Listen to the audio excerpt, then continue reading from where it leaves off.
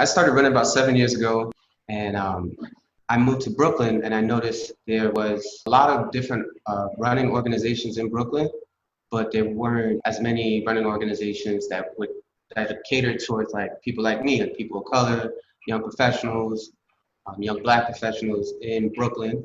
And so before I even decided to train people, people actually asked me to train them for the Brooklyn Half Marathon. What would you say to people that have never really gotten into it or never tried it or feel like they can't get through what a run might be like? What advice would you have for them? To join a group. The community running is so different from just going out and being like, I'm gonna run 2 miles today. The accountability, the support you're gonna get, and just having someone out there to be with you. Like a lot of people think, oh, I'm gonna run, that means I have to run the whole time. Running there's a progression to it. You don't have to come out and just be like, I'm gonna run a marathon. What has been your experience working with runners, training runners during a global pandemic?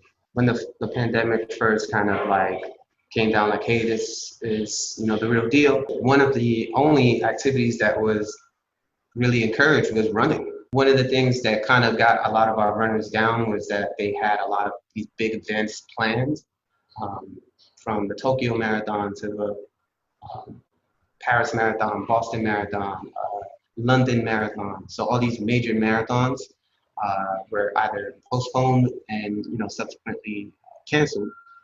So that kind of brought some people's spirits down a little bit. But the idea was that we were just going to keep running, keep doing what we do best, and keep encouraging people to get out there and move and run.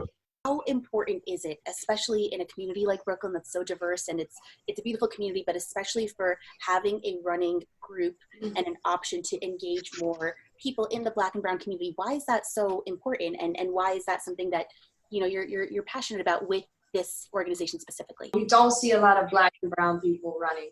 The majority of the people that you're going to see are white people. But the neighborhoods that they're running through a lot of times are communities of Black and Brown people.